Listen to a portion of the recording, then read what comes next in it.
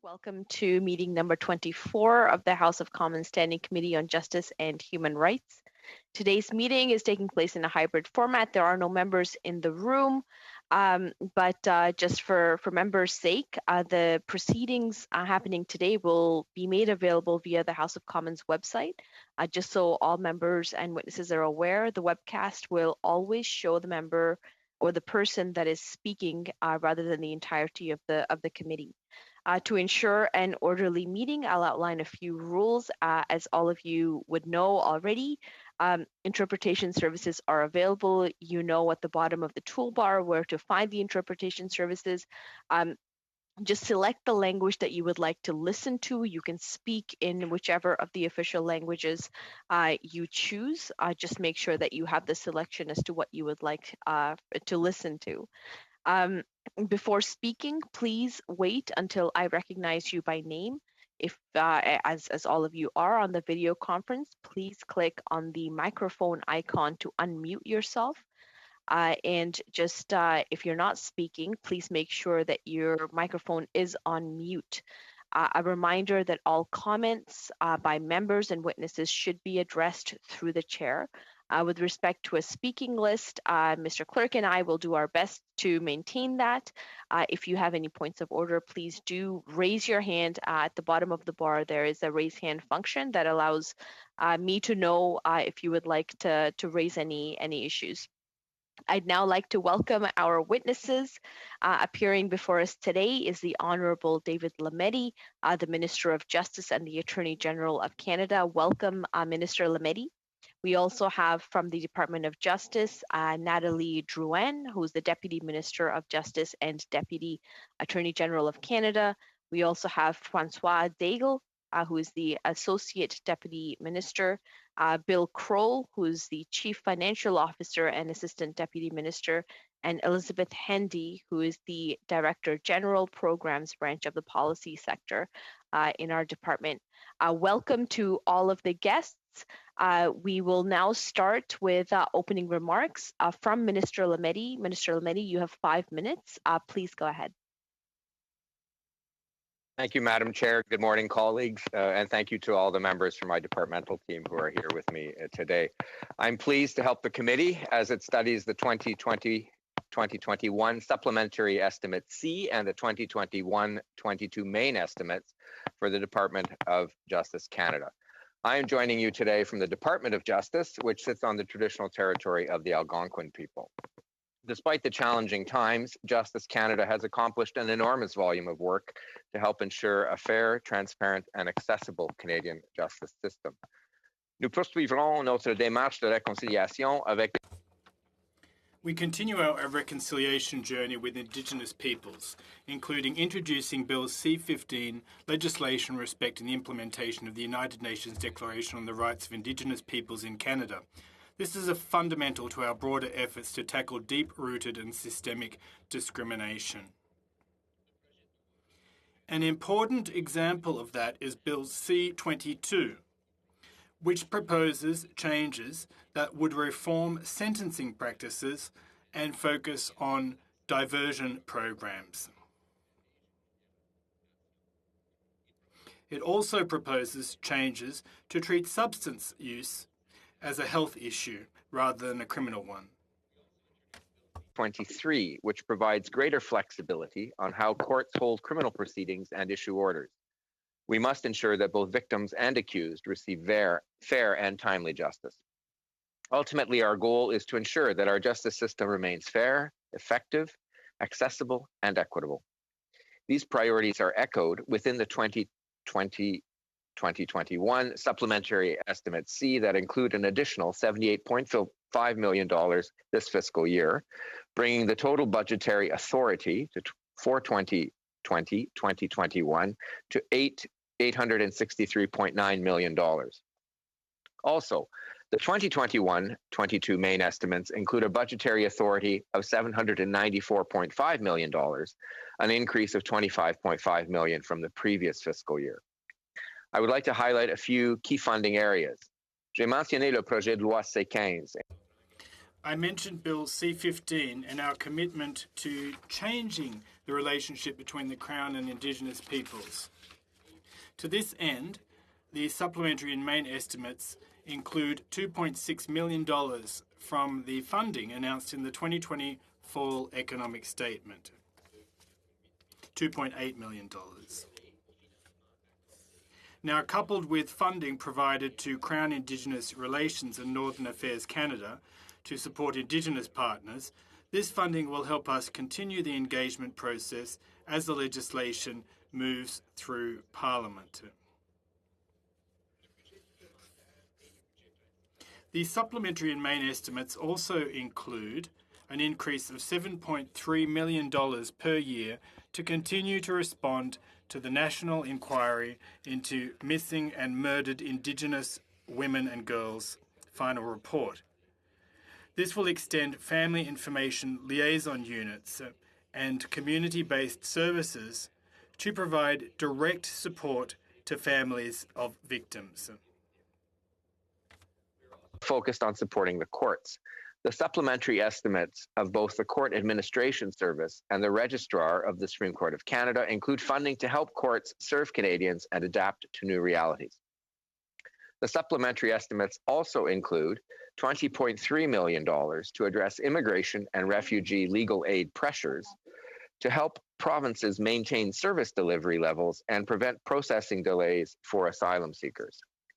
We are also taking action to better respond to the needs of families, particularly children, during divorce or separation. The supplementary and main estimates include, respectively, $1 million and $6.7 million to implement new family support enforcement provisions and to increase access to family justice services in the official language of one's choice. Budget 2019 announced funding of $21.6 million over 5 years, starting in 2021, to support these provisions, and these funds will help the department transform the Canadian justice system to better serve all Canadians. Our government will continue to push ahead with measures to create a strong, equitable, and effective justice system that protects Canadians, their communities, and their rights. Thank you for your time, and I'm now happy to take questions. Thank you very much, Minister Lametti. You're exactly 5 minutes on the dot. We really appreciate that. We'll go into our first round of questions for 6 minutes each, starting with Mr. Moore. Please go ahead, sir. Your time is starting. Well, thank you, Madam Chair, and thank you, Minister, for your appearance here today. You've kept this committee busy. You're represented very ably on the committee and your department by Mr. Virani, but it's nice to see you in person as well. And we do appreciate the opportunity to ask some questions of you. Minister, on the topic of the day today, you had said previously at the Senate that there was no consensus on proceeding with expanding MAID to those whose sole underlying condition is mental illness. And you've now accepted an amendment that would require additional legislation to stop MAID from being expanded to those with mental illness. This committee, all of its members, we don't always see eye to eye, but everyone does work very hard on this committee and takes our responsibilities very seriously. And when we studied MAID, in Bill C-7, the mental illness component was not a part of it. And this is causing grave concerns. I've got a letter that was sent to me signed by many organizations that I know you're familiar with and respect that have concerns about this. In light of the vote that's taking place tonight, would you use your influence to at least provide that your Liberal members of Parliament have a free vote on the Conservative amendment to remove the mental illness component on Bill C-7? Thank you very much, Mr. Moore, for your question. Thank you for all your work on this committee, and thank you for the shout out to my able parliamentary secretary, Arif Virani. It's a pleasure to be able to work with both of you. And your question is an important one. My understanding is that our party has instructed all of my colleagues that it is a free vote this evening. My understanding is that it's true for both the amendment and for the main motion. With respect to mental illness, look, it's a serious question. We know that. It's a difficult question. We know that too, and it touches all of us profoundly. We're increasing our knowledge about mental illness daily. And I repeat what I said before, which is there isn't a consensus yet on how to move forward. That being said, it was always going to be the case, given the Supreme Court decision in Carter, that we would have to look at that seriously. It was always going to be the case that we were going to look at it in the next phase of the parliamentary review, and that will still be the case. None of that has changed. What has changed is we have asked. We have moved forward with the joint committee, the joint parliamentary committee, House and Senate, to review the legislation. And we have moved forward with the idea, following the Senate amendment proposal, to move ahead with a committee of experts to study the question in great detail. It's a difficult question. I certainly understand that, but we do have to move forward with it. We can't simply avoid it. We have to try to find a way forward. Given the seriousness of mental illness and given the challenging issues that surround it with respect to MAID. Sorry, Mr. Moore, just 1 second. I've stopped your time. Mr. Lametti, can you just make sure that your headset cord is not touching the branch of your mic, because we're hearing a bit of a popping sound. Thank you. Appreciate that. Go ahead, Mr. Moore. I've restarted your time. Thank you, Minister. And I know that we all do have a responsibility to move forward together. My concern on this, and I know you and I haven't seen 100% eye to eye on the issue of Bill C7. It would be, the world wouldn't be a very interesting place if we all agreed 100% of the time. However, on this, really strongly feel the wishes of this House of Commons, even your testimony, who I do respect, your opinion, the opinion that would have been backed by the charter analysis conducted by the Department of Justice, that in fact, the bill as presented and as studied in the Senate, it was, in your opinion, constitutional. So now with this amendment to include those, and I know all of us, we all share Bell Let's Talk. We all urge people that are struggling with mental illness to try and get the help they need, to talk to friends, to reach out.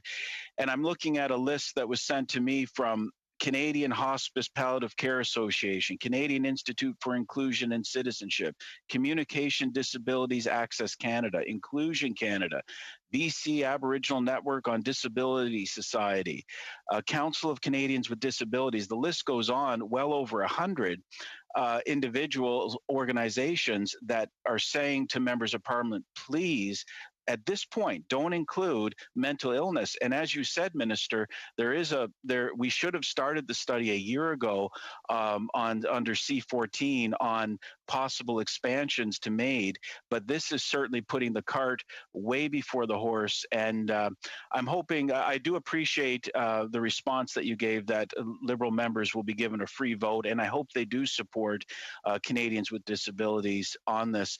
Minister, I only have 30 seconds, so just a quick question on consecutive sentences. The Quebec Court of Appeal reduced the sentence of the man who murdered 6 people in the Quebec City Mosque to 25 years without parole rather than 40 after striking down consecutive sentences. Do you intend to defend this law? Thank you, Minister. Thank you very much. Thank you very much, Mr. Moore, for your question, but also thank you for the tone with which you're asking it, because I very much appreciate the open-minded tone on both questions, actually, and in particular on the sensitivity surrounding MAID and mental illness. So I thank you for that. With respect to consecutive sentences, my counterpart in Quebec, the Attorney General of Quebec, has appealed that decision. We are still studying it, and we are in communication with that office, but there is no decision at the present time. Thank you. That concludes your time, Mr. Moore. Appreciate your questions. We'll now go to Ms. Briere for 6 minutes. Go ahead. Good morning, Minister. Thank you to be with us this morning. I'd like to begin by congratulating you on the increase funding to the Access to Justice Fund in both official languages that will be increased to 12 million in 2021-2022. Access to justice in the language of one's choosing in a minority community, for example, is an important, crucial issue, and I'm glad to know that you share this concern. Could you please explain what this additional funding will be used for? Thank you very much, Ms. Briere, for your question. Canadians expect to live in a society where the justice system respects the rights of victims. We are currently investing in official languages in order to protect the rights of Canadians, i.e. to be heard in the language of their choice, especially with the amendments brought to the Divorce Act, which came into effect just a little over a week ago. We have earmarked funds to help provinces to gear up and adapt to these changes and to provide services in the official language of Canadians' choice, at a time which is very difficult for these Canadians. And we've also earmarked funds to enhance access to justice in both official languages. Now, the best example that I can give you as a Quebec Member of Parliament is the support that we have offered to Éduquois in Quebec, which is led up by Ariane Charbonneau, a very dynamic leader. This is new money to inform Quebec society about the legal aspects of daily situations and events and incidents that may occur, and to provide them with more information. For example, sexual harassment. Éduquois will be developing learning and pedagogical tools, and they have an information service available to all communities across Quebec, whether it be the majority or the minority official language communities. There's also funding support for victims.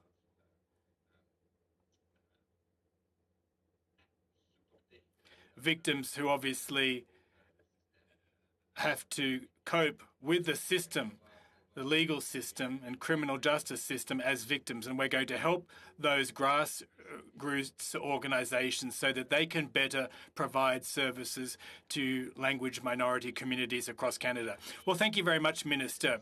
You referred to sexual harassment, and in early March you announced an investment with the Butter and High Corporation to enhance access to justice and to combat sexual harassment. This funding is part of a package of $50 million over 5 years announced in 2018 to combat this kind of sexual harassment in the workplace. Can you tell us the current state of that fund and the investments and spending that the fund has permitted? Response: well, we are currently subsidising many programs across Canada. Every Canadian is entitled to work in a workplace free of sexual harassment. Unfortunately, that is still not the case, and we still have our work cut out for us on that front. Now, you referred to the Butler project. It's an extraordinary project that came about, in fact, in Montreal. There's a chat box function that is a way of, in fact, consolidating the benefits of artificial intelligence in British Columbia, ending violence in British Columbia with $1.7 billion earmarked to enhance access to justice for those who've been a victim of workplace sexual harassment. There are other programs that have been developed across Canada to broaden awareness, to educate Canadians, to provide information to individuals who believe that they have either been subject to sexual harassment or witnessed it. So there's a whole slew of programs that has been developed across Canada, and I'm just so proud of the programs that we have supported to date. Thank you very much. In November, you held a virtual forum on judicial diversity, which came in the wake of the reform of the nomination process of justices that was put in place in 2016. Since the reform, your department has appointed 400 judges. And a number of them are from racialized and black communities. Could you please comment on the efforts that you've made to go further with your endeavours? Response. Thank you very much for your question. I held forums both in English and in French with recently appointed justices and also on advisory panels for the judiciary and other persons, stakeholders from the community in order to develop a trust in the system. Now, why is this? Well, racialized Canadians must be confident and comfortable, i.e. that they have a well-founded trust in the system so that they can, in fact, feel comfortable and confident applying. And often in the past, that trust was just quite patently absent, and they just weren't comfortable applying. So I'm in the process of building this positive trust and relationship in communities across Canada. Thank you very much. Thank you, Ms. Brière. Mr. Fortin, would you like to start your 6 minutes now, please? Thank you very much, Madam Chair. Yes, hello, Minister. I'm glad to see you here today. Minister, you spoke about trust in the system. I imagine you mean confidence in the appointment process. Is that what you're trying to say? Your microphone is switched off, Minister. Yes, indeed it was. I'm sorry about that. Have there been any complaints from candidates that lacked trust and confidence in the appointment process and system? Of course, aside from my complaints, that is. Well, thank you very much for the question, Mr. Fortin. The current system was put in place in 2016, and it took a lot of work to put in place the advisory panels that are, in fact, representative of the various councils themselves. But hold on a sec, Minister. Well, they're doing their job in a non-partisan manner. Chief Justices across Canada, other administrators of the justice system across Canada, the bar associations are unanimous. Well, I don't doubt that, Minister, and I'm sorry to interrupt you. You know how things work here. We don't have much time. My question was, had there been any complaints that you have received regarding the selection committee? I understand the answer is no. There haven't been any complaints about the appointment process to date.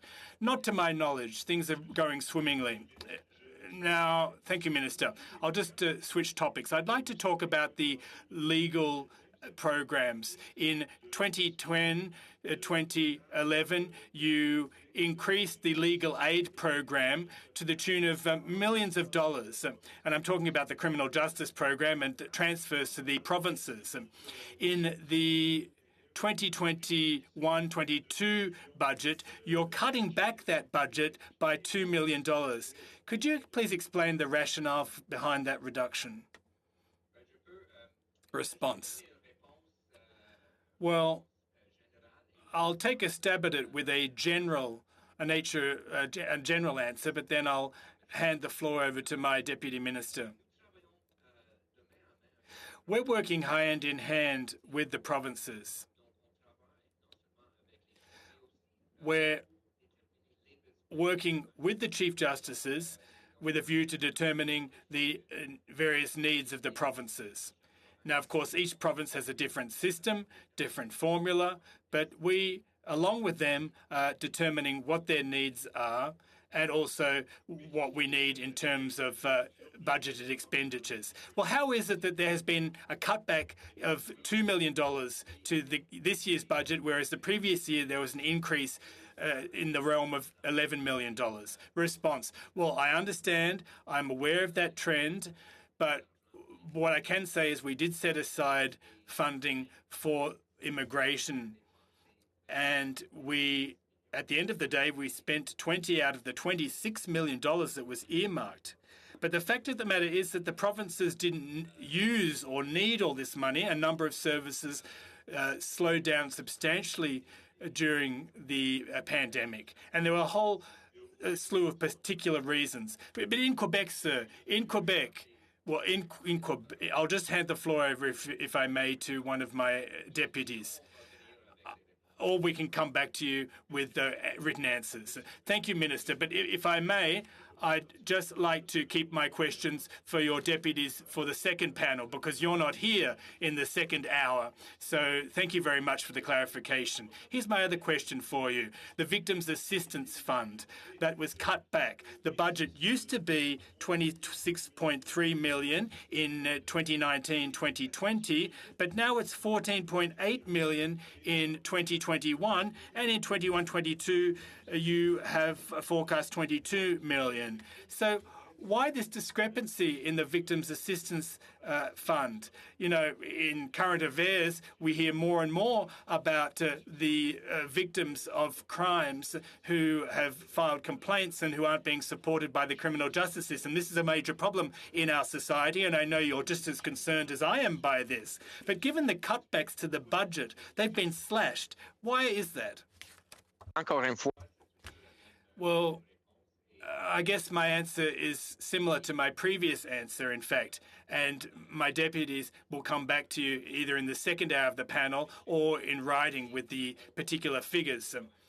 But we are working hand in hand with the provinces, and even throughout the pandemic, we've continued to financially support programs Canada-wide.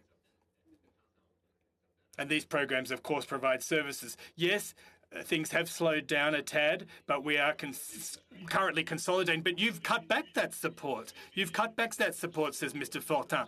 Perhaps you're not aware of why there have been cutbacks, and I don't want to bug you over this, but my question is, why have there been cutbacks? And a follow-up question, are you aware of the effects of those cutbacks out in the field? Have you discussed the issue with your Quebec counterpart to just get a real handle on what the ramifications are out in the field? Well, we're in constant communications with our counterparts, says the Minister. But what about on that particular topic, says Mr. Fortin? Yes, well, specifically on that topic, but I will defer to my deputies on that matter. There's, of course, a certain rotation in terms of those programs. There'll be new programs that are developed and others that will fall by the wayside. Of course, the simple explanation is the pandemic, but I'll defer to my assistants who'll be able to provide you answers both orally and in written form. Thank you, Minister. I think my time has run out, Madam Chairperson. Yes, indeed it has. Thank you, Mr. Fortin. Go to Mr. Garrison for 6 minutes. Go ahead, sir. Thank you very much, Madam Chair. And I, too, want to thank the Minister for being here today. I also want to thank him for maintaining open communication with me as long as he's been Minister, both through his office and also through the Parliamentary Secretary. There's lots of things I'd like to ask about the budget, but since officials will be here for the second half and the Minister won't, I'm going to focus on two bills to start with here. And the Minister will not be surprised. The first thing I'm going to ask about is Bill C6, the ban on conversion therapy. And I'm not going to ask him again, which I've asked him personally and publicly, about when this bill is going to get to the House so that we can actually vote on it. I'm going to ask him a different question about it. And that is, when we pass Bill C6, as I'm sure we will.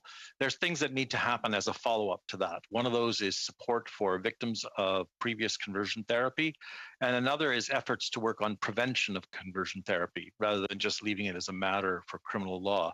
And so I suspect those aren't going to be the responsibilities of the Ministry of Justice. But if they are not, how is that being communicated to other ministers? Have there been requests for them to start preparing programs that will help implement the ban on conversion therapy? Thank you very much, Mr. Garrison, for your question and for your collaboration on this bill and a variety of other bills. You have my personal commitment to working with my colleagues around the table and other parliamentarians to make sure that we do have those supports in place. One thing I can already cite is that part of the training of judges in Bill C3 is precisely aimed at the kinds of questions that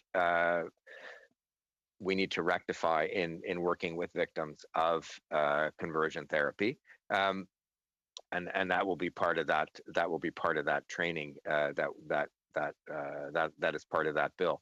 But we will continue. I'll continue to work with you, and I'll continue to work with my colleagues to make sure that we have the support. I agree with you that the criminal law power is a heavy-handed power, and we need to work on the other levers that we have in society in order to make sure that conversion therapy doesn't happen. Thanks very much, Mr. Minister. I look forward to working with you on that, and I do take you at your word. Now, we're going to talk about a bill that's going to come to us fairly soon. That's Bill C-22, and the exchange will perhaps be a little less cordial. I know you personally are committed to tackling the opioid crisis and also to tackling racial injustice within the Canadian justice system. But I guess I'm very disappointed with Bill C-22 because I know it's consistent with your mandate letter, but it really misses the opportunity here to decriminalize personal possession of drugs, of small amounts of drugs, and instead keeps those who have addiction issues in the criminal justice system. So instead of diversions and instead of taking away mandatory minimums, which I do support, you had the opportunity here to decriminalize personal possession. We've had broad calls from the health field, from municipal officials, even the Canadian Association of Chiefs of Police to consider more dramatic action here to make sure addiction is a health issue, as you mentioned at the beginning. So why such a timid bill?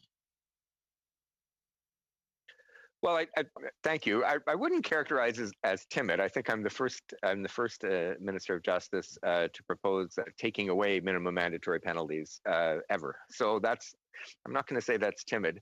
What I will say is I was attacking sentencing and reform and attacking the question of sentencing reform in this bill, and so that's the overall. It's within my mandate letter, but it's also the overall scope of the bill. I am open to those other conversations. I think they are necessary conversations.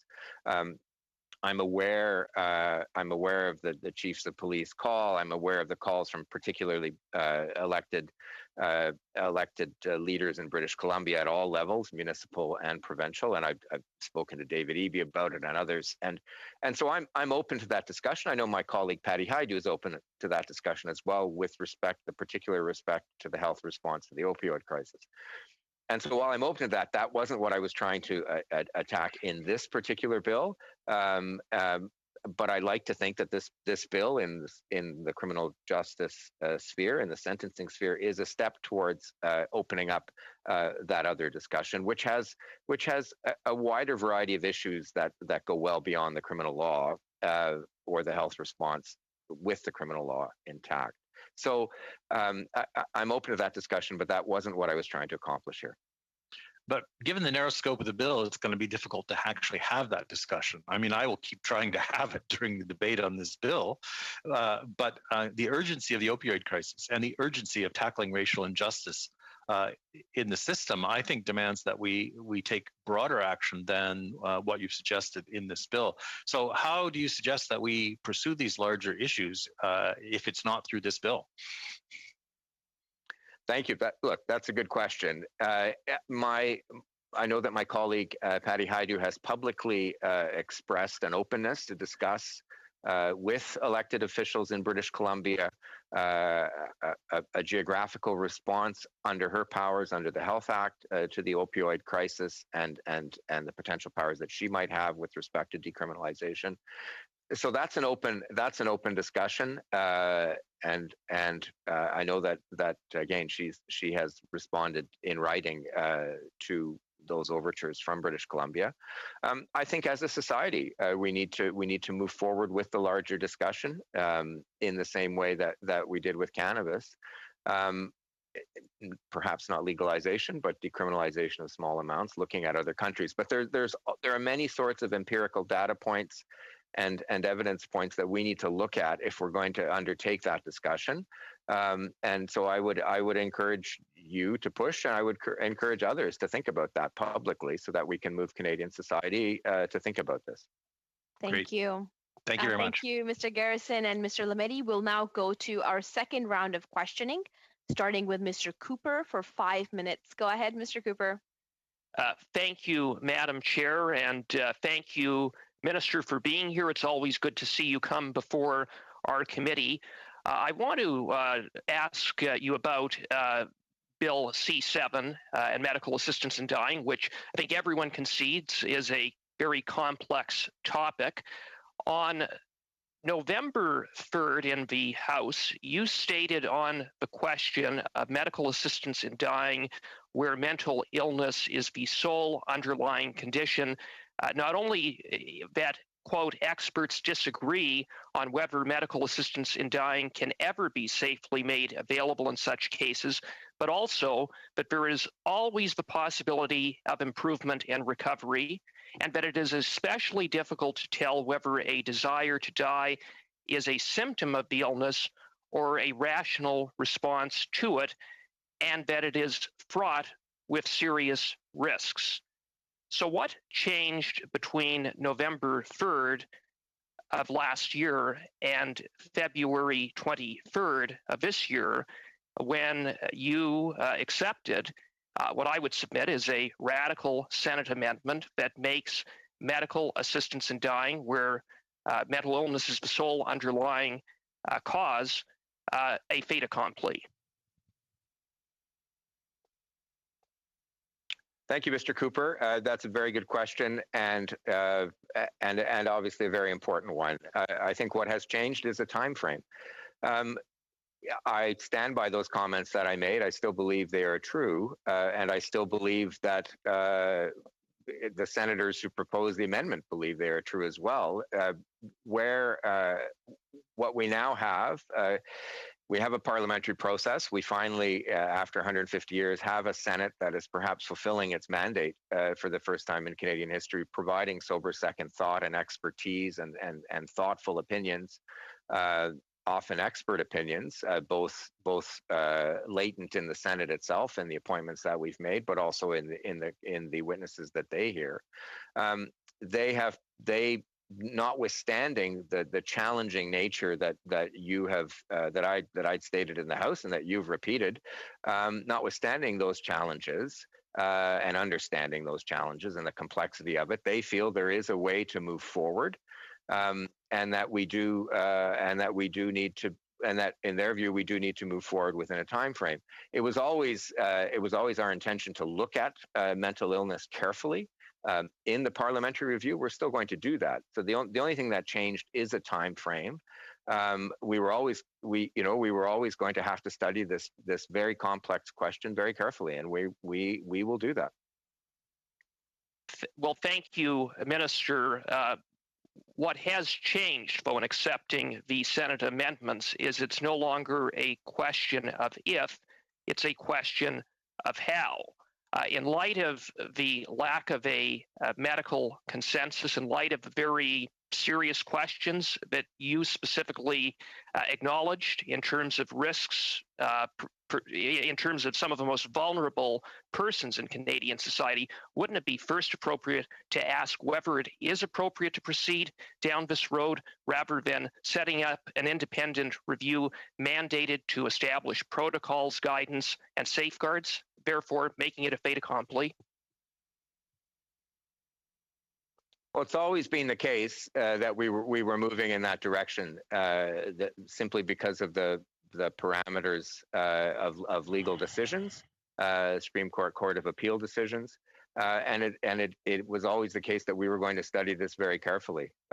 So I'm not sure, Mr. Cooper, that this, you call it a fait accompli, but I think we were moving in that direction. And we'll do it thoughtfully. Remember, we are parliamentarians. We have a responsibility to make sure that adequate safeguards are in place. We know more about mental illness now than we did in the past. We know that it's a serious illness, and we know that there are many advocates who believe that mental illness should be available, should be available to people where mental illness is the sole and unique condition. It is a difficult question. We're going to have to grapple with it, and we're going to have to grapple with a set of safeguards that protects those who are vulnerable, that respects the challenges of mental illness, and all of those various things that I raised in my speech in the House of Commons in November. Thank you, Mr. Cooper. That concludes your time. Thank you, Minister Lametti. We'll now go to Mr. Kellaway for 5 minutes. Go ahead, sir. Thank you, Chair, and hello, Minister. Nice to see you again. Minister, in my home province of Nova Scotia, more than 1/3 of women have experienced unwanted sexual behavior at work. So I'll just take 2 seconds to let that sink in for everyone. 1/3. This is about twice as common than it is for men. So we would all agree that that statistic is completely unacceptable. So I guess my question to you, Minister, is what kind of public legal education exists on matters related to workplace sexual harassment in the province of Nova Scotia? Well, I think the short answer, thank you for the question, Mike, Mr. Kellaway, the short answer is not enough, and we need to do more. And that's what I hope we're doing with a number of different partnership and program offerings. The first one I would cite is JPIP, the Justice Partnership and Innovation Program, which does create programming that helps create or educate with respect to the right to a safe workplace and the right to have fair treatment. We've invested $1.7 million in British Columbia for the Ending Violence Association of British Columbia in order to improve access to justice for individuals who've experienced sexual harassment. Other programs focus on education, on allowing people to identify the Bottler AI, for example, which will be available across Canada, but also around the globe. It's a unique worldwide innovation to help people identify whether or not they are the victims of sexual harassment in the workplace. So we're moving in a number of different directions. We work with the province of Nova Scotia moving forward, and we'll continue to do that across the board. Thank you, Minister. I'm going to shift gears just a little bit here. This question actually comes from my time as a youth worker and working with youth in a variety of areas. And so you know, and my colleagues know that entry into the criminal justice system begins much earlier than adulthood, particularly due to the lack of social and economic supports. And in my riding, we have some incredible community organizations who work hard every day to ensure that the vulnerable youth in the area have the supports they need, quite frankly, to stay out of trouble. So I'm wondering, how is the federal government addressing the needs of youth, particularly Indigenous youth, who are duly involved in the child welfare and youth justice systems? And how can we proactively help prevent youth from graduating into the criminal justice system as adults? Thank you. Again, great question. Indigenous youth in particular often find themselves caught between the child welfare and the criminal justice systems. And oftentimes getting caught in the first means they will be lifers in the second. We have a youth justice fund in the Department of Justice to respond to youth justice issues and to enable the solution, which is more community participation in the youth justice system. And that's particularly aimed at reducing incarceration rates amongst Indigenous Canadians.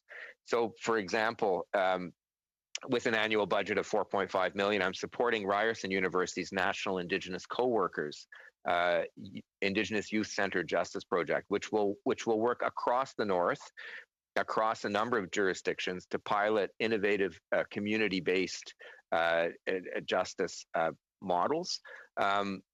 They will bring in multiple stakeholders, multiple sectors to work on collective and sustainable responses to address youth justice, precisely as you say, to keep people from graduating from the youth justice system and into the criminal justice system.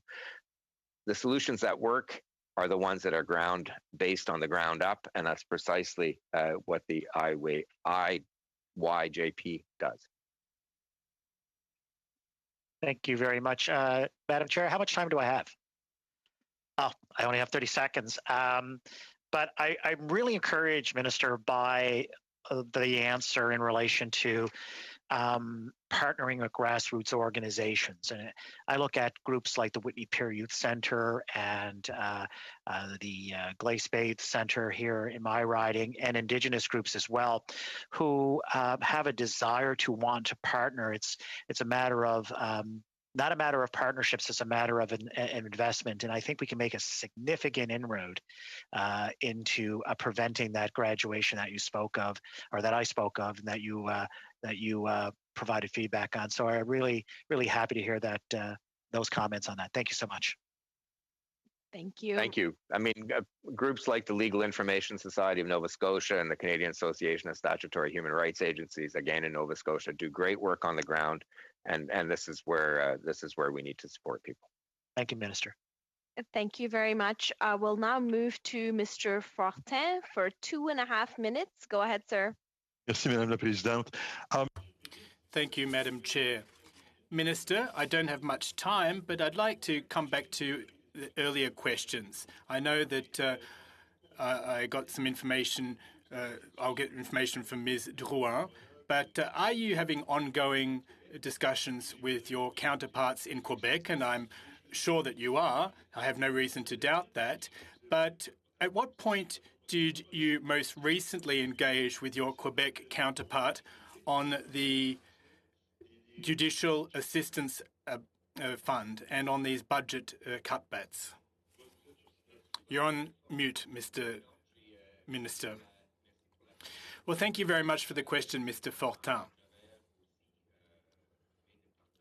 I am working along with my department and deputy ministers and officials in the department, and we have fairly ongoing contact with our provincial partners on a number of issues, especially in the context of a pandemic,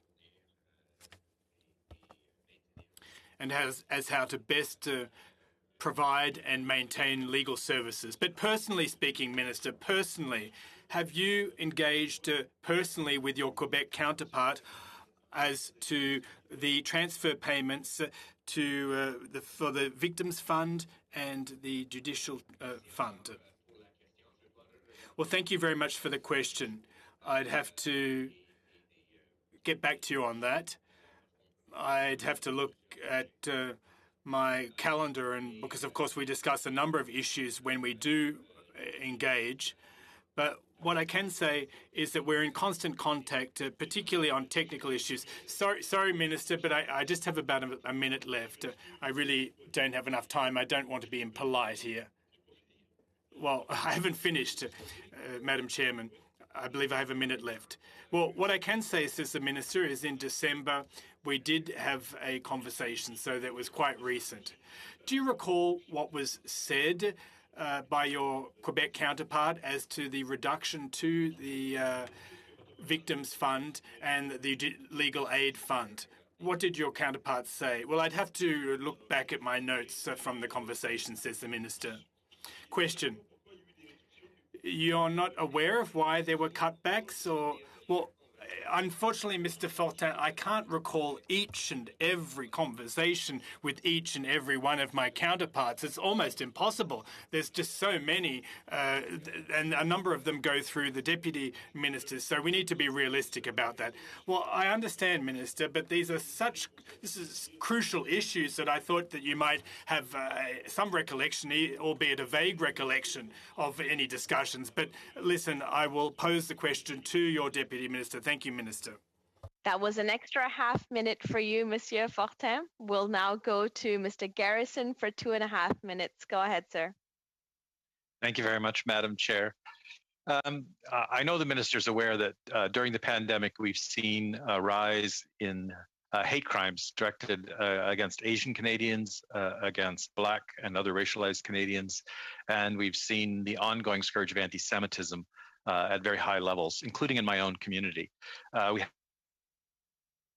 the very public graffiti, which the police dealt with very well, and also the volunteers who cleaned it up, and also the media by not showing the images during that incident.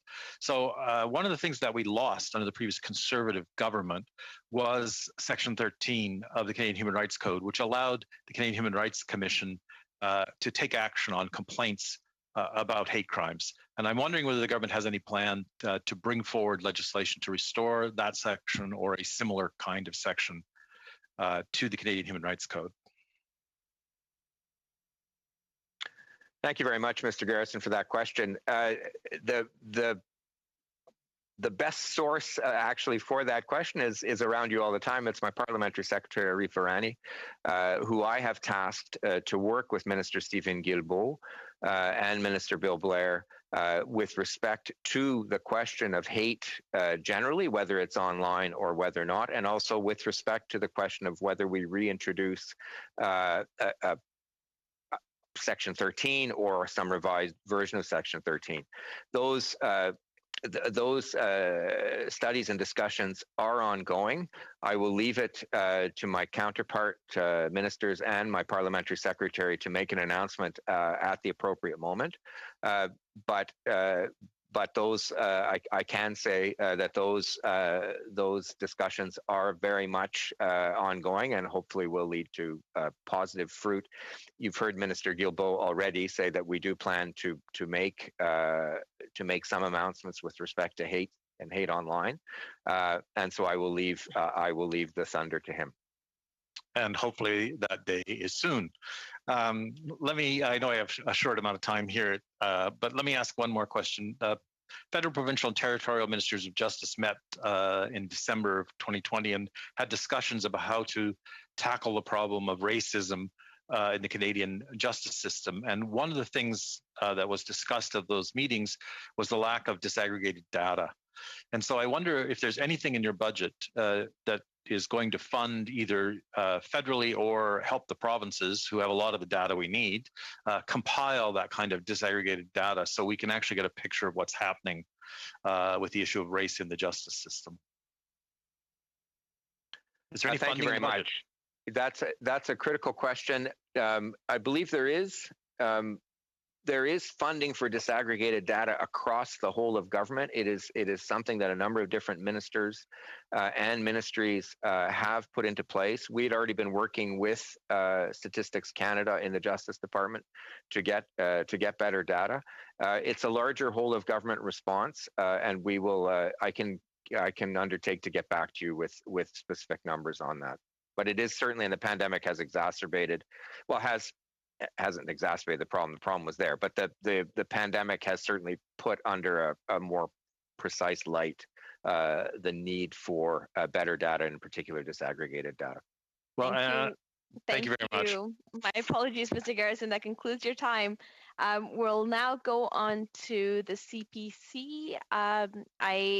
I'm wondering who the questioner will be from the Conservative side for 5 minutes.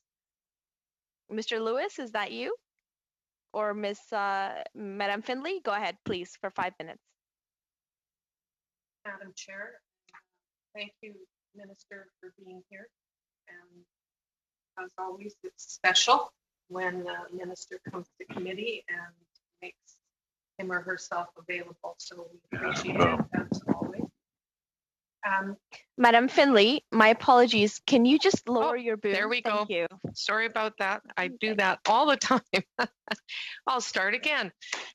Minister Lametti, thank you for being here. It is always very special to have a minister come before committee. We appreciate you taking the time to do so and answer our questions. I also am very concerned about where Bill C7 is going, and very concerned that we are now dealing with debate closure on amendments from an appointed Senate. And although you have just said that they're doing their job as a place of sober second thought, to me, these are not sober second thought tweaks. They are substantive amendments in an area that you yourself have said are concerning and worthy and needing study, which we're not going to have an opportunity to do before passing it, it would appear, into legislation and dealing with the study and the concerns after the fact. When we had it before our committee, of course, we didn't have this version of this. It in fact makes it a very new bill. And I think as a parliamentarian, as you've pointed out, that we all are with responsibilities, it's particularly concerning from a public policy creation point of view that we would end up creating public policy without careful consideration. So I guess my question to you is, and particularly as we're talking today about funding and estimates, with this change that may go through, what new funding allocations are you envisioning or have already been provided to support such expansion? What we're terminating debate today. You're bringing on a closure motion. So we're not going to have a lot of time to even talk about this. So here in committee, how do you anticipate, either from a funding or general point of view, supporting such an expansion? Well, thank you. Thank you for the question, Ms. Findlay. I obviously disagree with the characterization that you have given of the bill that we're going to discuss, Bill C7, in the sense that it was always going to be the case that we were going to look carefully at the question of mental illness. That was always planned for a larger parliamentary review, and it is still the case. We have a better understanding of mental illness. It's not. We certainly have a long way to go, but we were always going to be looking at that, and there was a great deal of pressure from people within both the medical community and the legal community to make sure that mental illness was to be looked at seriously. We're going to do that. So I disagree with the characterization that we're doing something completely new here. With respect to mental illness, so the rest of the question is premature because we haven't seen where this is going to land. That will be only after parliamentarians have studied it carefully in the next couple of years. What I can say is our government has taken on a very proactive approach towards mental health. We've invested $10 billion across Canada. Since coming into government precisely for mental health, and the provinces did agree to make sure that the money that we put forward on mental health was spent on mental health, and so we'll continue to do that. We are understanding better the challenges of mental health as a society, and as a government, we're committed to supporting those understandings in that study, as well as implementing programming that will be supportive of that. Would you not at least agree with me, Minister, that the normal procedure is that we do the studying first before we contemplate substantive legislative change? I'm not sure I would agree with you on the use of the word normal. This is a legitimate parliamentary process. As I said, since 2016, it was always clear that we were going to be looking at mental illness in the parliamentary review, and that's what we're doing. Thank you. Thank you very much, Madam Finlay. We'll now go to our last questioner for the first hour, which would be Mr. Sarai for 5 minutes. Go ahead, sir. Thank you, Madam Chair, and thank you, Minister. Thanks for always being accessible, although it's the first time, I think, for me having you here as I've just joined. My first question to you is federal, provincial, territorial ministers of justice and public safety have discussed how to counter bias and racism in the justice system at their, I think, December 2020 meeting, as well as the importance of disaggregated data to inform responses to systemic racism in the justice system. Is any of the funding outlined in the main estimates designated as such efforts? And if so, under what budget items? You're on mute, sir. Thank you very much. Similar question to Mr. Garrison's. I'm going to leave that to my officials. There is a whole of government response to it. I'm not 100% certain, I have to admit, that there is money in the justice allocated portion, although we are working with Statistics Canada, as I had stated, within their budget to get better disaggregated justice related data. But it is a problem that we have, that has had a light shone on it as a result of the pandemic. And as a result of the Black Lives Matter movement, the Indigenous Lives Matter movements, again, we have data gaps and we need to fix it. Maybe you can help me on this one. You met with a few months ago with members of the South Asian Bar in British Columbia, particularly some very astute female lawyers, and they expressed some challenges and obstacles faced by women and men of color in entering the judiciary. I'm just wondering what has the Department of Justice done in this regard, and what are they planning on doing to address this going forward? Well, we're continuing our outreach. Again, what we're trying to identify are elements within, in this case, the judicial appointment process, or elements within legal, I suppose, the legal practice and legal culture that serve as impediments, unknowing impediments, for example, that form part of a systematic bias against people. So again, it's not saying people are racist. It's saying there might be something that we didn't think of that has an unintended consequence.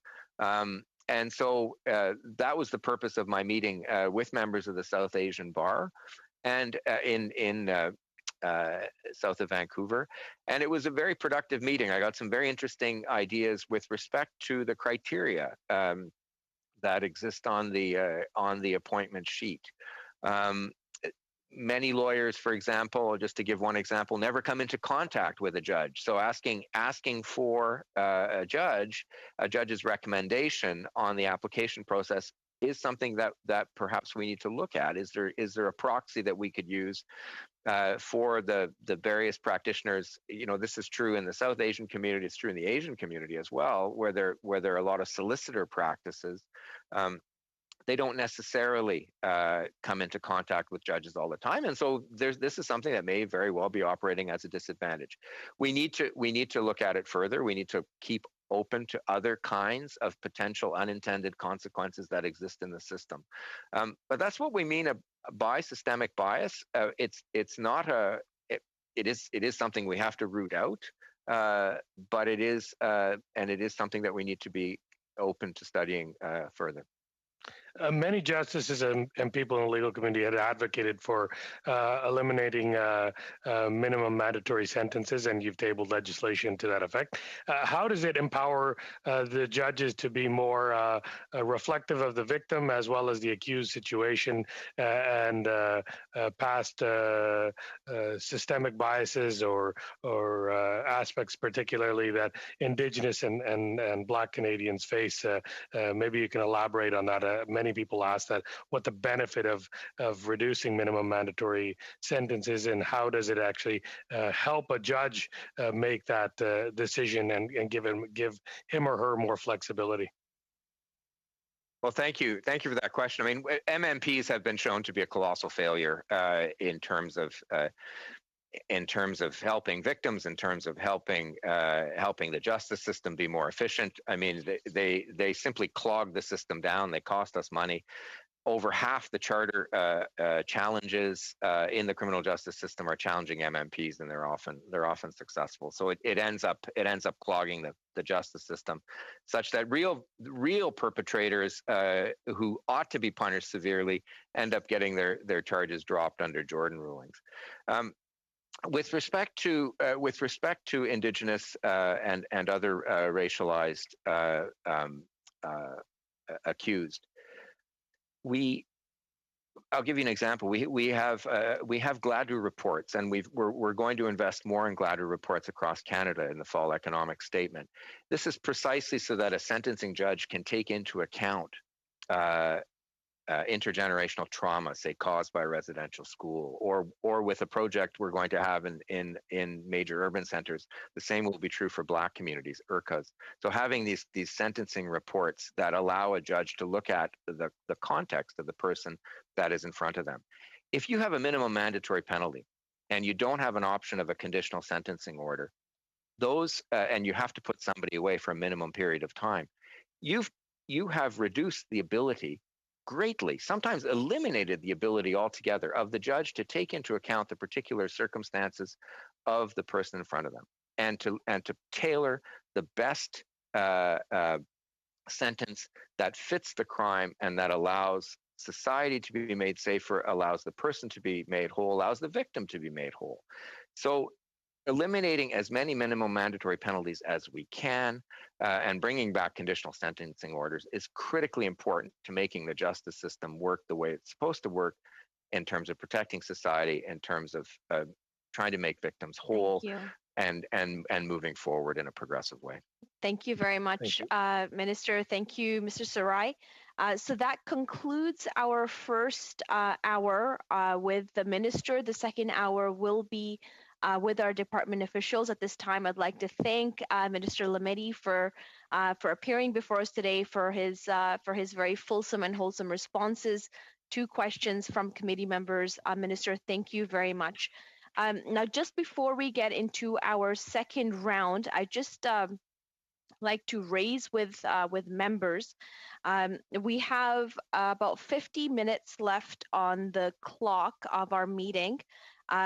And we do need to go through voting on the mains and the supplementary estimate C before we conclude our meeting today. And then we also have the matter of notice of motion from Mr. Moore that we will be discussing today. So if members would indulge, and I propose to members, and I leave it to you in terms of how many questions you have for our department officials. I would propose that perhaps we go through 6 minutes each per party, and then kind of see how much time is left so that we have enough time to vote on the mains and the subs, and also to discuss Mr. Moore's motion. Is that something that all of you are okay with? Or if anybody has any comments, I see thumbs up from everyone. This is wonderful. Thank you very much. So in that case, then we'll go to our officials. And I have on my list Mr. Lewis as the next speaker for 6 minutes. Correct me if I'm wrong, but I do have you, Mr. Lewis. You can go ahead for 6 minutes, please. Well, thank you, Madam Chair. I certainly appreciate that. I'm going to be very brief on my questions because I got a lot that I could ask today. So, so we just heard. Sorry, did somebody jump in? Mr. Moore, I believe Mr. Moore's on the phone. Okay, he's just been muted. Thank you. Please go ahead, Mr. Lewis. Thank you. I didn't know if he was talking to me or not, Madam Chair. That's all. We've heard from the provinces who would like to see more money from the federal government to support legal aid. Instead, according to the main estimates, less money will be provided in 2021-22. Why is the amount being decreased? And if the officials can just identify themselves as to who would be answering that question. Good morning, Madam Chair. This is Nathalie Drouin, Deputy Minister, Justice Canada. I just want to say at the beginning that I'm really pleased to be with you now. So as you know, in 2016, we have announced a big increase in legal aid. But in that budget, we have a specific 2 million that was only for a couple of years dedicated to increase innovation. And it's only that 2 million part of the budget that's sunset this year. So this is why you see a decrease. Thank you very much to the witness, and through you, Madam Chair. What conversations have you had with provincial counterparts on this funding cut? So we didn't have, so that was, well known in advance. So we didn't really have questions or conversation about that. I think that the last conversation we really had about legal aid recently was more about the impact of the pandemic, recognizing that because the court shut their operations specifically at the beginning of the pandemic, that we can expect, some sort of a backlog in the coming months, and that can affect, in particular, criminal legal aid. So that's one of the discussion we had also. We had also conversation about legal aid and systemic racism and racism in the justice system. So this is why we have announced also, and we discussed that also in the December FPT meeting, that Canada will provide and help to do an assessment to be able to do an impact of the legal system on minorities and especially visible minorities. So that was the recent conversation we had about legal aid. Okay, thank you. I think it's really important that we do bring our provincial friends to the table and have those discussions. How do you expect legal aid programs to replace that money that's being lost then? So as I said, the 2 million was an innovative kind of fund, and it was to increase the effectiveness and the efficacy of the legal aid. So the purpose of it was to make the legal aid plans and the legal aid system more efficient going forward. So this is why it doesn't have impact per se on the services the different legal aid plans are offering to the Canadian, as it was really to build some innovation in the system. Thank you, Madam. Thank you for the answer, Madam Chair. Through you. So the funding for the Canadian Judicial Council in Supplementary Estimate C nearly doubles to 4.2 million. Can you explain this doubling of funds required? So right now, this organization does not have a permanent kind of funding when it comes to dealing with the investigation they have to do and to provide legal support for judges who face discipline proceedings. So this supplementary fund is really to deal with their investigation type of responsibility. Okay, but the Victims Fund in 2020-21 only spent 14.8 million, whereas in 2019-2020 it spent 26.3 million. Can you explain this significant decrease? Yes, yes, I can, Madam Chair, and thank you for the question. So last year, main estimate, really show, as the MP said, a decrease, but that was compensated by a supplementary estimate. And to give you a very concrete example, the family units that are there to support victims and family of the victims of missing and murder Indigenous women was announced after the main estimate. So at the end of the day, the victim funds spend more around 23 millions than 14 millions. Thank you very much. I know I'm well under a minute, so very quick question. In October 2020, a new version of the e-filing portal launched. Although I understand there were significant technical issues, can you address the costs associated with this new e-filing portal and when it is now planned to launch again? Madam Chair, I guess the question is related to the CAS organization. I will provide an answer, but I may have to go and work with my colleague to make sure that I provide the appropriate answer. I think it's the supplementary estimate offered a $5 million top up to the CAS budget to support them operating in a COVID environment. And of course, that budget was not only for IT, but also for, plexiglass and other distancing measures that they had to put in place. But of course, everything they have put as measures regarding IT will stay, post-pandemic and will support the efficiency of the CAS system. Thank you, Madam Chair, and thank you to the witness. Thank you very much, Mr. Lewis. We'll now go to Mr. Maloney for 6 minutes. Go ahead, sir. Thanks, Madam Chair. I was obviously thinking exactly the same thoughts as Mr. Lewis because some of the questions he posed were the exact ones I was going to pose, but I'm going to follow up on his questions on legal aid funding. The increase in legal aid funding from the federal perspective, if you go back to 2016, I think, it arose from what I've seen in large measure because some of our provincial counterparts had cut funding to legal aid. I know, and I really can only speak to Ontario because that's where I'm from. I know the provincial government, the current provincial government in Ontario, cut legal aid funding in their budget in 2017, probably, I guess. And so then there was an ask to us to try to compensate for that shortfall. And a lot of that was in the context of immigration law because there's a large volume of immigrants coming to Ontario, Toronto specifically, where the need was even greater for legal aid funding. And also the issue involving refugees coming to Canada. So my question is, this funding was meant to be temporary. We did it for more than 1 year. In your discussions with the province, does this come up in a way that would suggest to you that the provinces might have a change of heart and increase funding for legal aid back to the levels they previously did or even higher than that?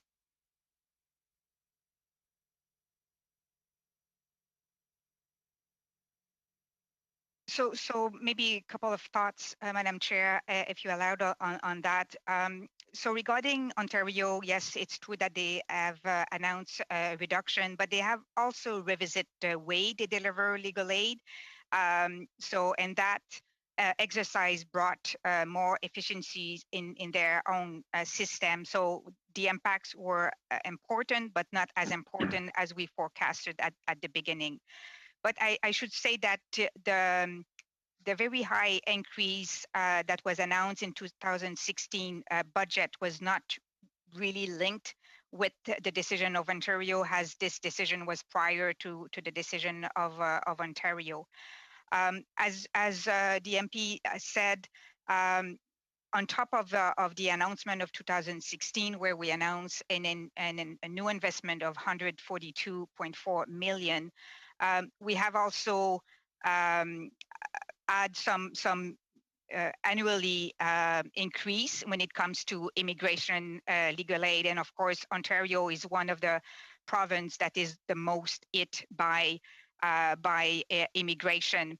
So you see also in the supplementary estimate that we got a budget of 26 million. But so far, we have only spent 20 million for immigration legal aid, as of course, because of the pandemic, the needs are a little bit under of what we have forecasted at the beginning of this year. Okay, so a couple of things from that then. I was going to ask you if the decrease is tied to that, because obviously immigration patterns have changed dramatically over the last 12 months, and that's going to be the case in the short-term foreseeable future anyway. So is that something that's going to be readjusted once we get back to post-pandemic situation? And then the second point I want to follow up on is, governments love using the word efficiencies, and politicians of every political stripe throw that word around because it sounds like it's very meaningful, but it's only as meaningful as the implementation. So the efficiencies you referred to in the province of Ontario, can you flesh those out a little bit for me to give me some confidence that they're actually meaningful?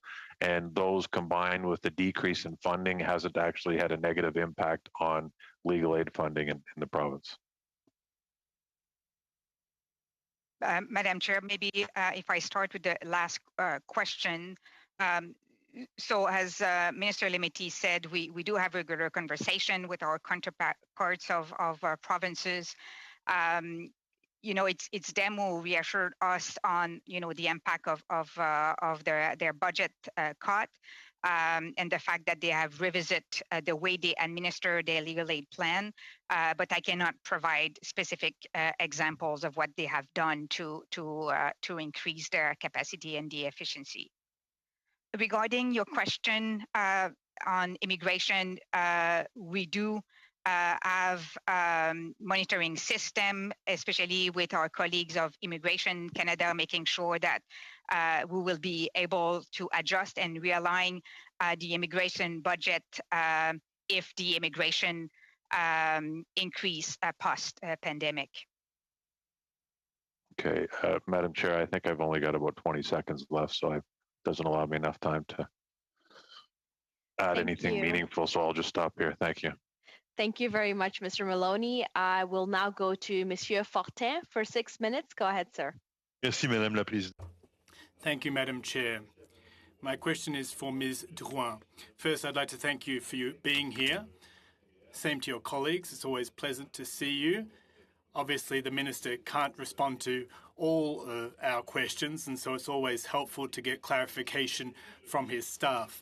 So if you'll indulge me, I'd like to come back to the question I asked the Minister earlier, questions that my colleagues also have raised with you regarding cutbacks to the Legal Aid Fund and Victims Fund. Now, from your testimony, I think with Mr. Lewis, that the $2 million cutback, in fact, is in line with amounts that have been earmarked for enhancements to the legal system. As far as Quebec is concerned, have you engaged with your Quebec counterpart concerning these infamous innovations and enhancements?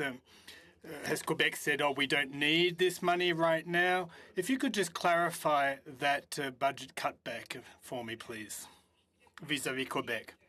Response. Well, I must confess that this $2 million cutback isn't something that really was on our radar screen, especially for my part in relation to Quebec. Now, as I said to your colleague, and I'll say it to you, the province's concerns about legal aid is primarily about how to deal with the accumulated volume, given that there has been a considerable drop in legal services in the context of the pandemic. So that's really what we're focusing on and what's being discussed most frequently at this juncture. Now, in conjunction with the discourse on racism in the justice system, unconscious biases, and how we can assess the effectiveness of the system in order to minimize impacts on visible minorities. So they're the two major thrusts that we're concerned with at this point in time. Question. Well, this increase in cases, we know that in COVID times there's been a whole lot of difficult issues, problems in families. Pre-pandemic, people would get to leave their homes, and now in the course of the pandemic, they've been cooped up inside, and these problems have been exacerbated. So that we know that there's been a number of complaints, and we at the time when we would expect an increase in the number of these complaints, the transfer payments to the provinces have been cut to the tune of $2 million. I'm having trouble following the rationale. I know that sometimes monies are earmarked for enhancements and innovations, and I could ask this question of anyone who is an administrator of courthouses in Quebec, and of course there's requirements for innovation, and sometimes there's pro bono work that lawyers do to help folks. But I just can't see how you can justify this cutback. Perhaps the only explanation you can give us is that there was a drop in need. Response. It was a program for over a 2-year period to promote innovation and to promote effectiveness across the various legal systems in Canada. Well, I understand that. But stopping that program will not have a bearing on the quality of services offered to Canadians and Quebecers. It's not a direct service to citizens. I just have a couple of minutes left. I'd like to turn to the Victims Fund that was also considerably cut back. It's gone from 26.3 million and then to 14.8 million, and now it's 22 million slated for next year. And yet it's less than what it was in 2019, 2020. Now, this victims aid, and it strikes me, and perhaps I'm mistaken, but it strikes me that this victims fund should in fact be topped up, given the whole host of issues that have stemmed from the pandemic over the course of the past year. And there's, in fact, an increasing number of victims who have decided to blow the whistle and report their cases to the legal system. So how do you explain away that cutback to the Victims Fund? Response. Well, Madam Chairperson, there's a whole lot of accounting things that need to be factored in here, and it gives you it gives you the sense that there was a sizable cutback, when in fact, given we're actually much closer to the $26.4 million with the additional supply factored in. And the best example I can give you is the liaison units for the families of victims, for example, missing and murdered Aboriginal girls and women. Unfortunately, that program wasn't announced at the same time as the main estimates, but it did, in fact, top up this fund. Well, I just have a couple of seconds left, but, if we've gone from 26.3 to 22 million for next year, that means that we'll have even fewer resources to meet the demand, which is on the rise, isn't it? So how do you explain that? Well, that also includes a number of programs that have been sunset or quite simply ended. Others have been extended. For example, the liaison unit program. But this whole accounting doesn't really have a bearing on the level of subsidies that we are giving to Canadian organisations. I think I have a couple of seconds left, Madam Chair. No, I've run out of time. Extra half minute there, Monsieur Fortin. Thank you so much. I will now go to Mr. Garrison for 6 minutes. Go ahead, sir. Thank you very much, Madam Chair. And my colleagues have already canvassed a number of areas I would have asked about, including legal aid, the Victims Fund, immigration and refugee law, and the Canadian Judicial Council. So I'm going to be very brief. I'm going to ask indulgence of my colleagues to not have their eyes glaze over, but I'm going to go back to disaggregated data. And I think anytime people say words like disaggregated data, normal people zone out, rightfully. And when government ministers answer with a whole of government response, I think opposition members wonder which will come first, catastrophic climate change or action by the government. So let me just turn to this question of disaggregated data. And I have two questions. One is the general question which the minister left to his officials, and that is there specific funding in the Department of Justice to do work on disaggregating data so we know both more about the extent of systematic racism in the justice system, and we can learn more about the causes of that.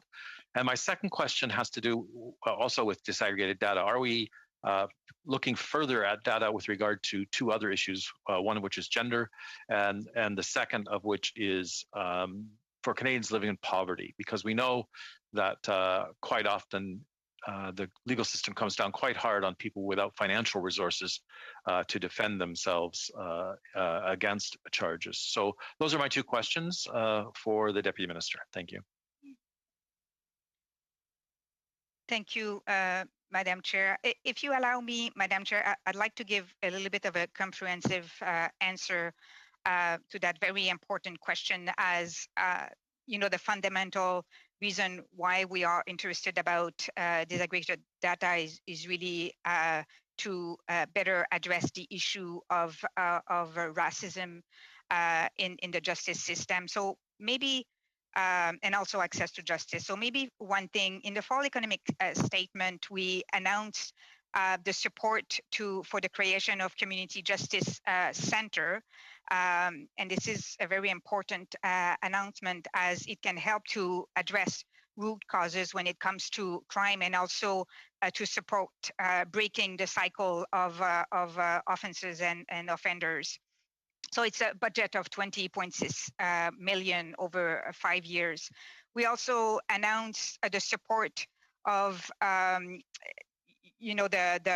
application and the enforcement of GLADU report for Indigenous people, and this will also allow a better sentencing approach for Indigenous people.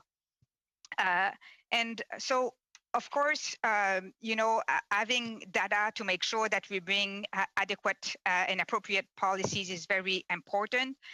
In this budget, you don't have a specific funding for Justice Canada. What we are doing right now is working with other departments to build that frame to be able to collect and disaggregate disaggregated data. So this is the stage where we're at right now. Thank you very much to the Deputy Minister for that answer. Madam Chair, I'm going to let my time go so we can move to the other matters in front of the committee today. Thank you. Thank you very much, Mr. Garrison. And with that, I'd like to thank our officials for appearing before us today. We really appreciate your time and your responses to the questions posed by members. And if there are any other points of clarification that you would like to provide, please don't hesitate to send a note through the clerk to the committee. We appreciate your time. And you are welcome to leave the meeting now at this time if you'd so like. We'll now move then, members, to the voting on the sub-C and the main estimates. So we'll go ahead and do that. And I understand we're hoping to move quickly by these. I'll ask for a thumbs up or a thumbs down, or if you would like for the votes to be on division, we'll start with the first and go from there. So on sub-C 2020-2021, shall vote 1C under the court's administration service carry, and that is in the amount of 5.5849. On division? On division, okay. Thank you very much for that. Mr. Clerk, we're okay? Absolutely, thank you. Okay, thank you. Shall votes 1C and 5C under Department of Justice carry? On division? Thank you, Mr. Moore. Mr. Clerk, that's okay? Yes. Shall votes 1C and 5C under Office of the Commissioner for Federal Judicial Affairs carry? On division? Thank you, Mr. Moore. Mr. Clerk, we're good? Absolutely. Thank you. Shall vote 1C under Registrar of the Supreme Court of Canada carry? On division? Thank you, Mr. Moore. Mr. Clerk, we're good? We're good. Thank you. And shall I report the supplementary estimate C 2020 to 2021 to the House? Yes, unanimously, we're good. Thank you. Now moving on to the main estimates 2021 to 2022. Shall vote 1 under Administrative Tribunals Support Service of Canada carry? On division? Thank you, Mr. Moore. Mr. Clerk, we're good? We're good. Shall vote 1 under Canadian Human Rights Commission carry? On division? Thank you, Mr. Moore. Mr. Clerk, we're good? Yes, we are. Thank you. Shall vote 1 under Court Administration Service carry? On division. Thank you, Mr. Moore. Mr. Clerk, we're good? Yes. Shall votes 1 and 5 under Department of Justice carry? On division. Thanks, Mr. Moore. Mr. Clerk, we're good? We are good. Shall votes 1 and 5 under Office of the Commissioner for Federal Judicial Affairs carry? On division. Thank you, Mr. Moore. Mr. Clerk, we're good? We're good. Shall vote 1 under Office of the Director of Public Prosecutions carry? On division. Thanks, Mr. Moore. Mr. Clerk? We're good. Thank you. Shall vote 1 under Registrar of the Supreme Court of Canada carry? On division. Thanks, Mr. Moore. Mr. Clerk? We're good. Thank you. Shall I report the main estimates 2021 to 2022 to the House? And it looks like I am okay to report it to the House. Thank you, everyone. I appreciate your discipline in today's meeting. We'll now move to Mr. Moore. I understand that you had given us a notice of motion. If you would like to speak to that now.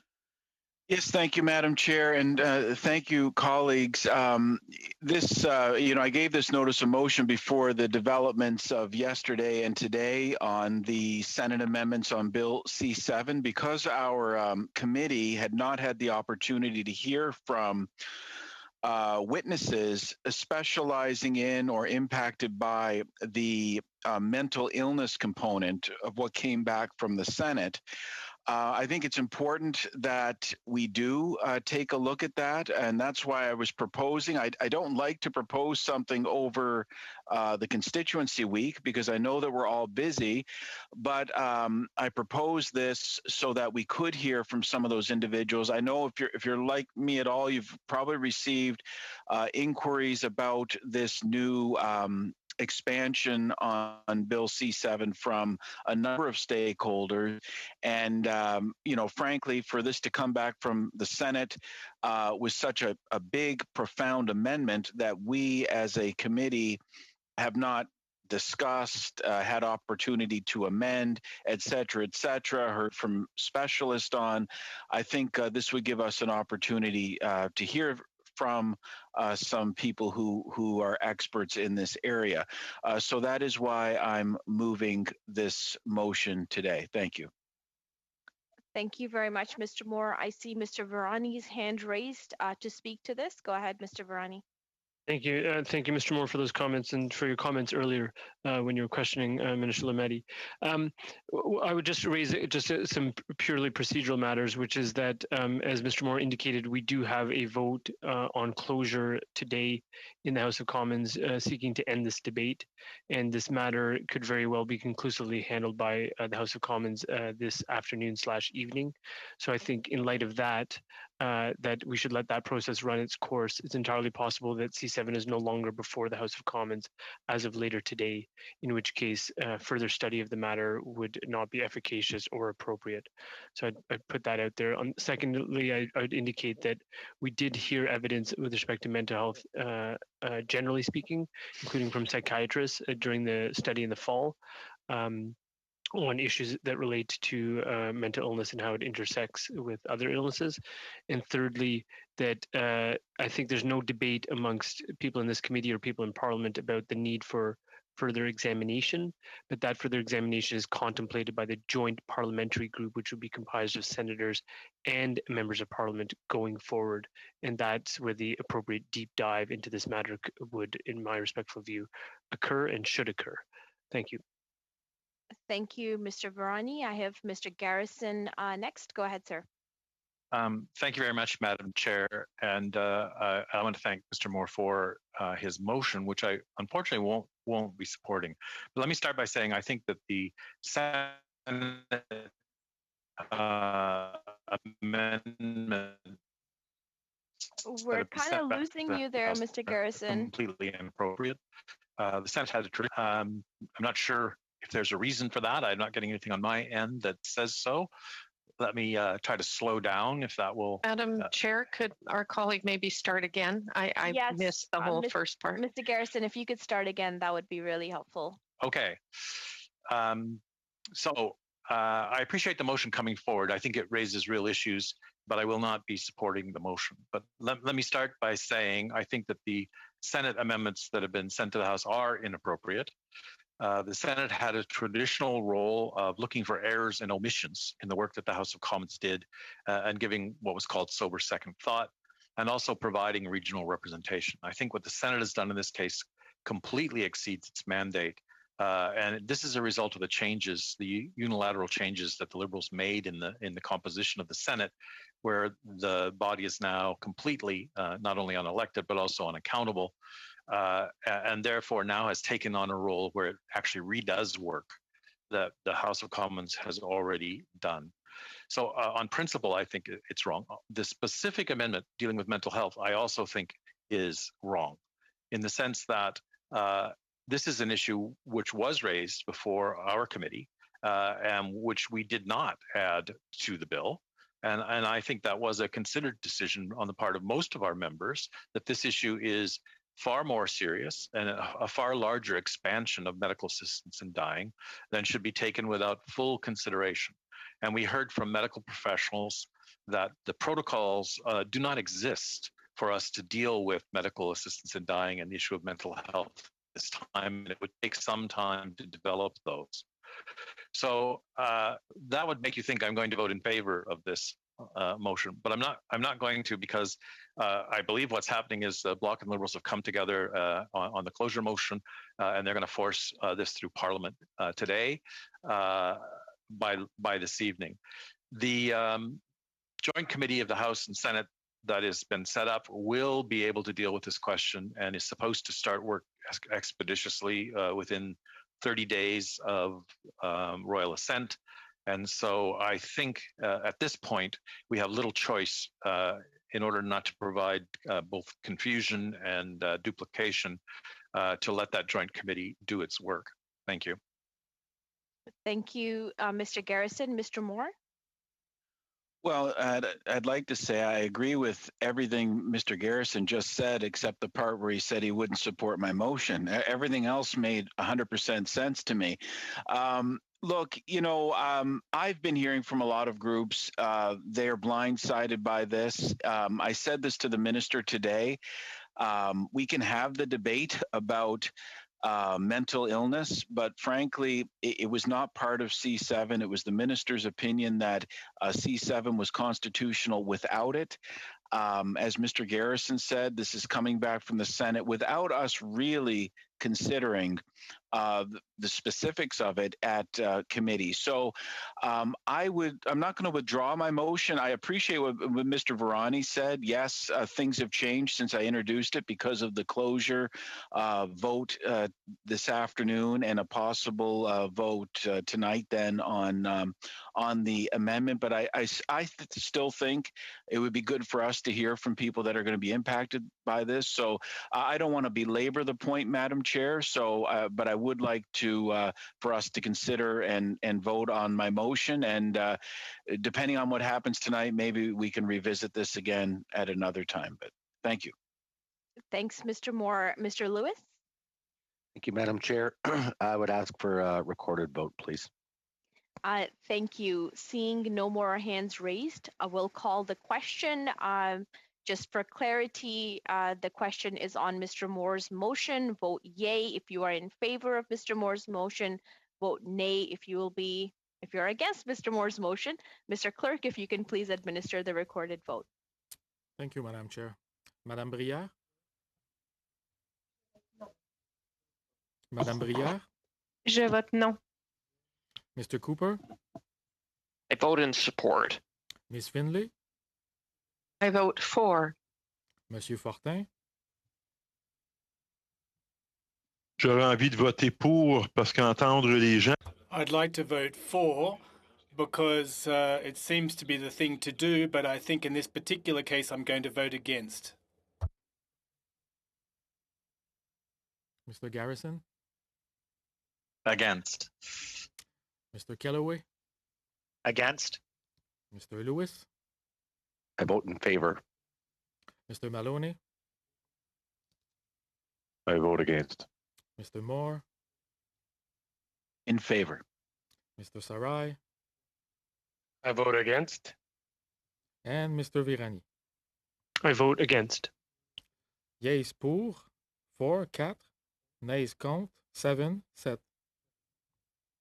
And so the motion is unfortunately defeated, Mr. Moore. Those were all of the items on our list today of things to get through. If there are any other issues or concerns that members would like to raise at this time, please speak now or hold your peace until the next meeting. Nope, I think we're good. All right, in that case, members, we have 15 extra minutes today. I hope you'll get yourselves a cup of coffee or just meditate for the next 15 minutes. Meeting adjourned. We could give it to Mr. Forte.